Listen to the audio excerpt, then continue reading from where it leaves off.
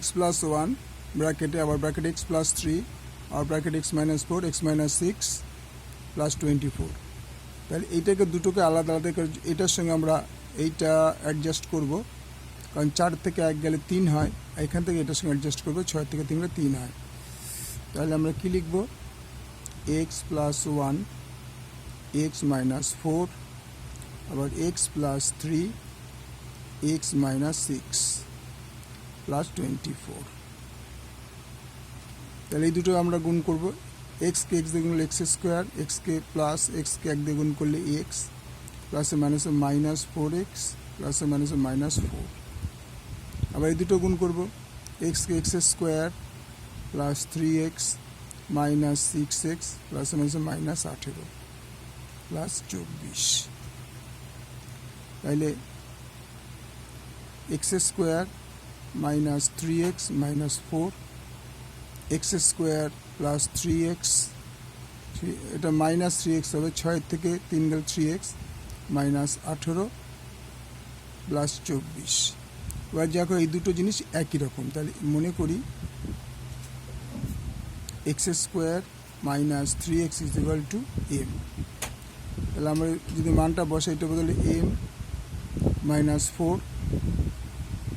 m minus 18 plus 24। আবার এটাকে multiply করতে হবে, m square minus 4m minus 18m plus 72 plus 24।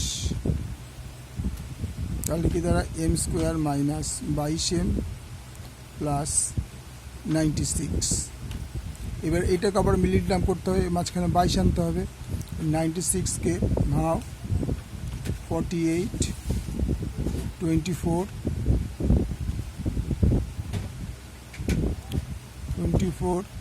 12 6 3। মাঝখানে 22 চাই, 2 দুগুণে 4, 4 দুগুণে 8, 8 দুগুণে 16, এই কটা মিলে হবে 16 আর 3 দুগুণে 6, 16 আর 6 22।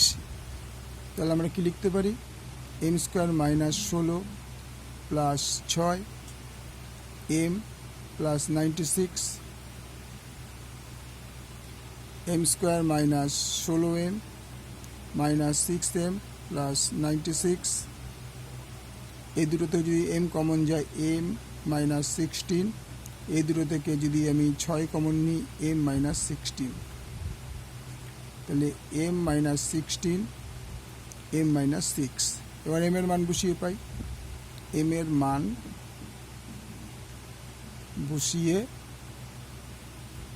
পাই, m এর মান আমরা কত পেয়েছিলাম, x স্কোয়ার মাইনাস 3x, তাহলে m এর বদলে x square minus 3x minus 16, x square minus 3x minus 6। এবার আমরা মাঝখানে 3টা আনতে পারি কিনা দেখি, 16কে 8 দুগুণে 16, 4 দুগুণে 8, 2 দুগুণে 4। তাহলে মাঝখানে 3 কোণের মধ্যে 2 দুগুণে 4 যদি হবে না, 3 দুগুণে 6, 2 বাদ দিলে 4 হবে না, তো এটাতে করা যাবে না, আর 6কেও করানো যাবে না। এটা অ্যান্সার। Thank you.